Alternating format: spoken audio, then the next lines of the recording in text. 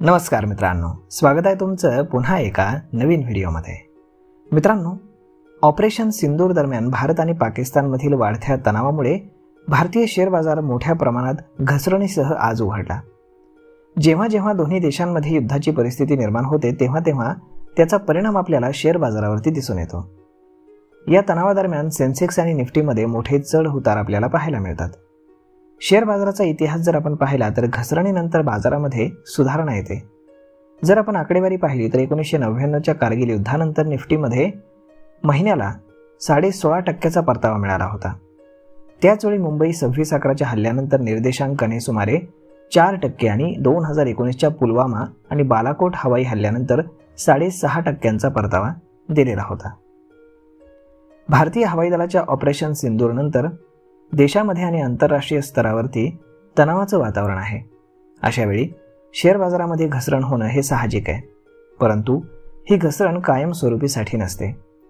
ही घसरण काही दिवसांमध्ये स्थिर होऊ शकते आणि अशा परिस्थितीमध्ये म्युच्युअल फंड SIP सुरू ठेवणं हे खूपच चांगलं आहे, कारण शेअर बाजार खाली असताना गुंतवणूक सुरू ठेवणं हे भविष्यासाठी फायद्याचं ठरत असतं।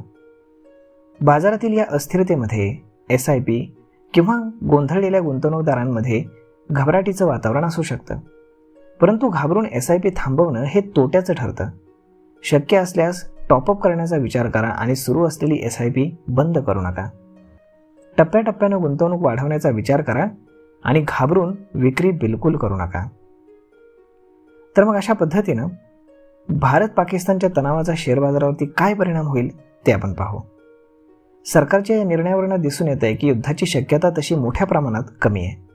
युद्धाच्या बाबतीत आपण हे लक्षात घेतलं पाहिजे की 1950 पासून भारताने 4 मोठी युद्ध पाहिलेली आहेत। तसेच 2016 पासून 2 सर्जिकल स्ट्राईक देखील आपण पाहिलेत आणि त्याचा बाजारांवरती होणारा परिणाम हा मर्यादित राहिला आहे। त्यामुळे गुंतवणूकदारांनी घाबरून न जाता गुंतवणूक सुरू ठेवावी। सर्वात महत्त्वाचं म्हणजे तुमची इन्व्हेस्टमेंट ही डिव्हर्सिफाईड करा।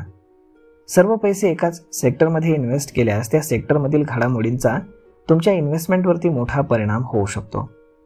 उदाहरणार्थ, जर एखाद्या उद्योगामध्ये अचानक घसरण झाली तर संपूर्ण इन्व्हेस्टमेंटच धोक्यामध्ये येऊ शकते आणि म्हणूनच विविध सेक्टरमध्ये इन्व्हेस्टमेंट केल्यानं तुमची रिस्क कमी होते।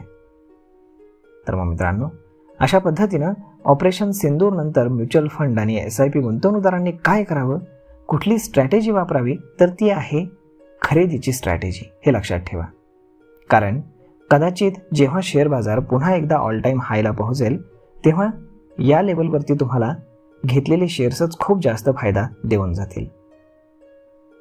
तर मग मित्रांनो, आय होप तुम्हाला हा व्हिडिओ, ही माहिती नक्कीच ट्रेड आणि इन्व्हेस्टमेंट करण्यासाठी उपयोगी पडत असेल। जर हा व्हिडिओ तुम्हाला आवडला असेल तर आपल्या जवळच्या मित्रमंडळींसोबत देखील हा व्हिडिओ तुम्ही शेअर करायला विसरू नका। धन्यवाद।